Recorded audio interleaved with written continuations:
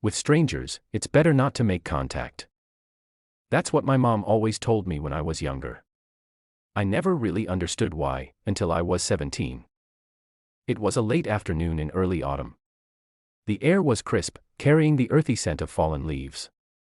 I often walked through the forest near my hometown. It was my escape, my place to think, and sometimes just to be away from the constant noise of life. That day, I had no idea that my walk would spiral into something far more dangerous and unforgettable than I could ever imagine. I was following a narrow dirt path when I noticed someone ahead. He was about my age, tall, lean, wearing a black hoodie with the hood up, shadowing his face. As I got closer, he stopped in the middle of the trail and looked directly at me. His eyes were sharp, almost too sharp for someone I had never met. "You got anything valuable on you?" he asked, his voice casual but carrying an edge. "What?" I frowned. "Valuable.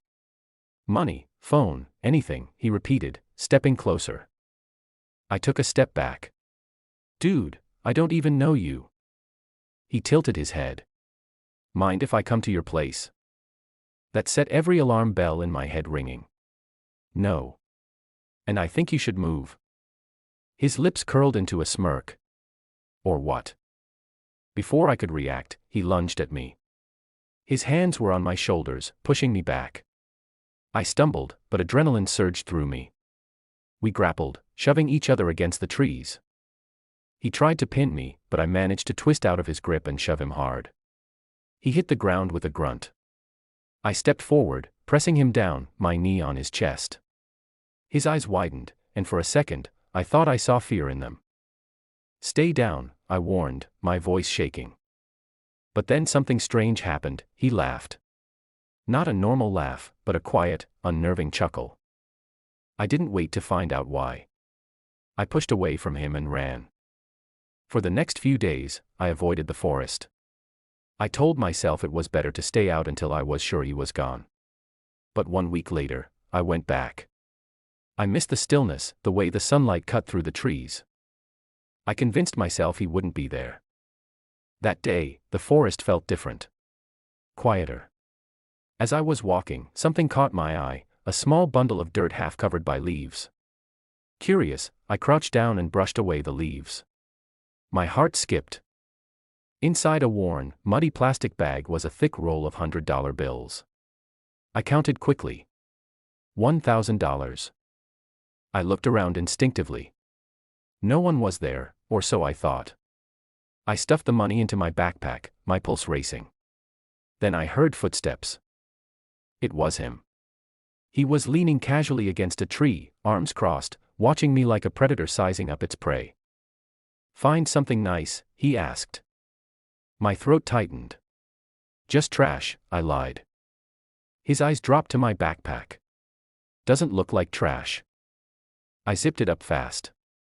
"None of your business." He took a step closer, and my mind started racing. I didn't want him to know about the money. If he did, I knew he'd take it, and maybe worse. I turned away quickly, walking fast. But I could hear his footsteps following me. "Mark," he said suddenly. I froze. I had never told him my name. "How do you know?" I started, but then I realized I didn't want the answer. Over the next hour, I kept running into him in different parts of the forest. Every time, he'd just stand there, staring. Once, I thought I lost him, only to find him blocking the path ahead. I started to think he wasn't just some random guy. Something about him felt wrong. That night, I couldn't sleep. Every shadow outside my window made me tense. I kept thinking about the money, where it came from, why it was buried there, and how he seemed to appear right after I found it. Over the next week, strange things began happening. I'd wake up and find footprints in the dirt by my back door. My phone would ring once in the middle of the night, and when I answered, there was nothing but silence. Once, I found a note taped to my bedroom window from the outside. It read, "I know what you have." I decided I had to find out who this guy was. I started asking around, showing his description to people at school and in town. No one seemed to know him, until I talked to an old man who ran the hardware store. His eyes went wide when I described him. "That sounds like Kyle," he said. Stay away from him. Kid's trouble. Got caught up in some real bad stuff a while back. Disappeared for months. What kind of bad stuff? I asked. The old man hesitated. Robbery. And something worse. But no one could prove it. The money in my backpack suddenly felt heavier. That evening, I went back to the forest, not to return the money, but to find where it had come from. My plan was simple: search near where I found it, see if there was more, and maybe figure out why it was there in the first place. I found a second plastic bag buried deeper under a tree root. But this time, it wasn't money, it was a black handgun wrapped in cloth. My stomach churned. Now it made sense. The money wasn't just found, it was hidden. Probably from something Kyle had done. A twig snapped behind me. Put it back, Kyle's voice said, calm and cold. I turned slowly. He was standing there, closer than ever, eyes locked on the gun in my hands.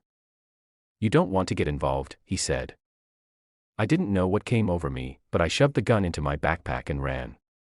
His footsteps followed, but I didn't stop until I was out of the forest. That night, I hid the gun and money under a loose floorboard in my room. But the danger didn't stop. Kyle started showing up closer to my house. Once, I caught him standing across the street at midnight, just watching. The final straw came 2 days later. I came home to find my window open, the floorboard pried up, and both the money and gun gone. On my desk was a single Polaroid photo. It was of me, asleep in my bed.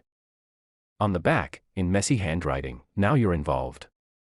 From that day forward, my life became a game of cat and mouse. I knew Kyle wasn't going to let me walk away. And I knew the forest, the place I once loved, had turned into something far more dangerous.